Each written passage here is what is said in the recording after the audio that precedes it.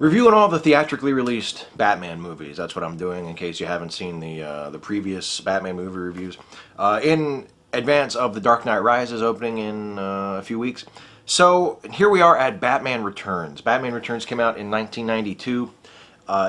After he did Batman, Tim Burton did a little movie called Edward Scissorhands. And I would argue that Edward Scissorhands established the template from which every movie Tim Burton made after that was cut. So by the time he got to Batman Returns, he was Tim Burton as we know him today. He had become the guy that we think of when we hear the name Tim Burton. His style, his themes, his visual sense, everything had sort of finally matured into what it was always going to be.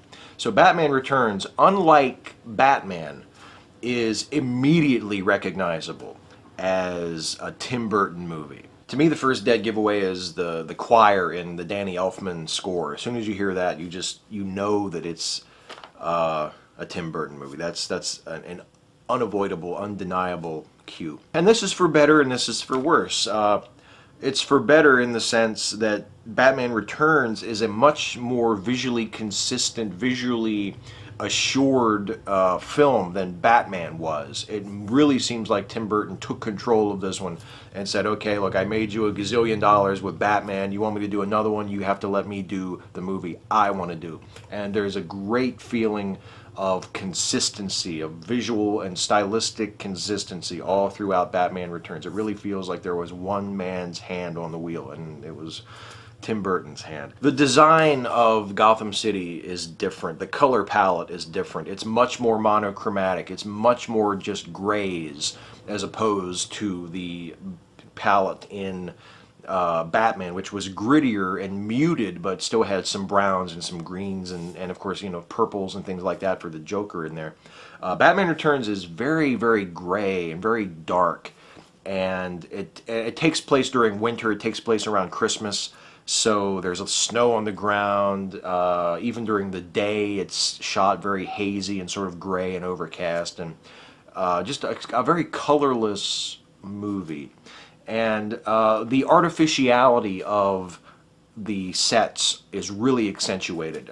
There's not much of an attempt made to convince you that you are in an actual city. You can tell that it's actually a set. It's a big set. It's a beautifully made, well-designed set, but it's a set. And Burton does things to sort of remind you that it's a set, or to make it feel artificial. Like Gotham City, supposedly this major metropolitan area. Millions of people should live there, and yet whenever there are street scenes, there are only a few people ever seen on the street. Even for the gathering in the square for the lighting of the Christmas tree, there's maybe 50 people there. You know, it underlines the artificiality of the film, and it gives it sort of a fable-like quality, which is something that Edward Scissorhands had very, very definitely. Edward Scissorhands felt like a fairy tale. You know, the houses were all one color, and there was the bit where how like that was the first time it ever snowed when Edward made the snow. It felt like a fairy tale. It felt like a fable. And Batman Returns, in many respects, feels the same way. And I think Batman functions very well in that kind of an environment. Again, as I said in the review for the Batman 1966 film, we all have our own Batman, and that sort of fantastic fairy tale nightmare version of Batman is not my Batman, but I see how that could work and how that could be appealing and how someone could tell a very good Batman story within that sort of a setting, with that sort of a feel. Unfortunately, Batman Returns, like Batman, is not about Batman. It has Batman in it. Batman shows up. Batman does things. But Batman is not at the center of the story.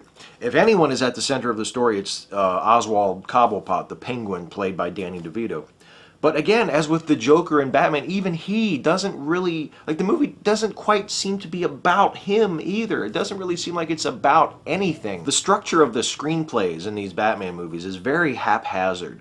There is no protagonist at the center of it. They don't follow the sort of traditional classical rules of screenwriting that you're taught in screenwriting class, or that you learn from reading a book by someone like McKee or Townes or William Goldman.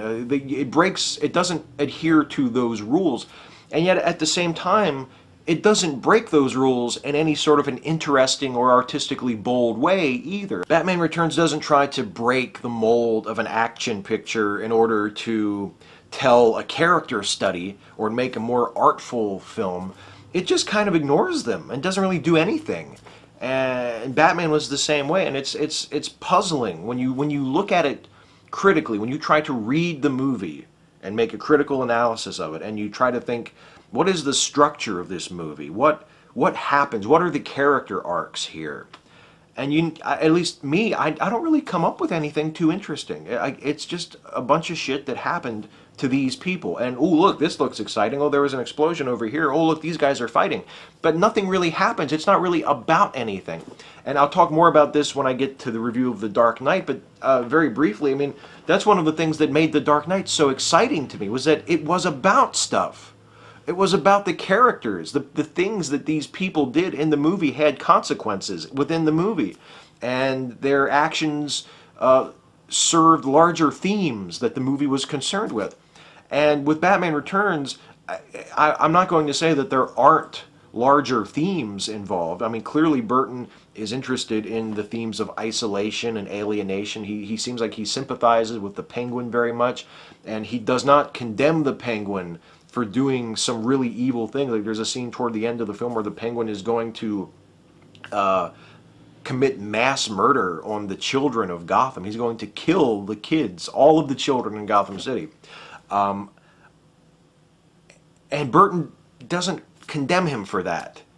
He says, well, he seems to take the attitude of, well, we should understand what this man has gone through and what he has experienced to get to this point where he's willing to do this, where this seems like something that he wants to do. And that's a really interesting take on it. And it's not that I reject that or I think that doesn't work. It's just that even with that interest in the Penguin, and even with that desire to show him sympathetically, even when he's doing monstrous things, Burton isn't willing to commit to making the movie about him. Michelle Pfeiffer is in here as Catwoman. She has her own things to do. She has a few interesting scenes, and actually, she has a scene that the thing I remember, actually there was a big deal about Michelle Pfeiffer playing Catwoman at the time, and her skin tight outfit and how sexual she was toward Batman, and all that seems really sort of tame by today's standards. It doesn't really register very much with me. There wasn't a lot of chemistry between Batman and Catwoman in Batman Returns, and the movie didn't seem all that interested in it. The thing I remember most about Catwoman is in the scene where she is going through her apartment, tearing down her vinyl raincoat and cutting it up to make her Catwoman costume. And Danny Elfman's score in that moment is just beautiful. It's just this soaring string part that really comes across and really overwhelms the action on the screen. Actually, in that sense, it might not be very good film scoring because it actually overwhelms the visual. But it's this really beautiful, emotional music that I always remember from Batman Returns. And Michael Keaton is back as Batman, his second and last time out as Batman. He just seems kind of bored for the whole thing. I think Keaton just gave up trying. He said, fuck this. I'm going to get paid and I'll put on the suit and whatever. The most interesting thing to watch in Batman Returns is apparently Michael Keaton claimed in an interview after the film was released that there is a scene in the film that made it into the final cut where he is actually taking a piss in the Batman suit during the scene. And I don't know what scene it is. But it's fun to watch and try to guess, like, oh, is that it? Is that the scene? Is he taking a piss in that scene? I don't know. Batman Returns started a trend that continued for the rest of the series until Christopher Nolan picked it up. And actually it continued in a way with the Nolan series too, of having multiple villains in Batman movies. And with this movie, it is the big ones, of course, are Catwoman and the Penguin. They're the major villains that were on the poster. But there's actually a third villain in Batman Returns who winds up being like the big bad guy, and that's Max Schreck, played by Christopher Walken. And Walken is hilarious. Walken does a great job with the character. He's one of the few people in the cast who seems to acknowledge through his performance how absurd the material is, how silly it is, and kind of plays into that. And for that reason, I think his performance comes across very well.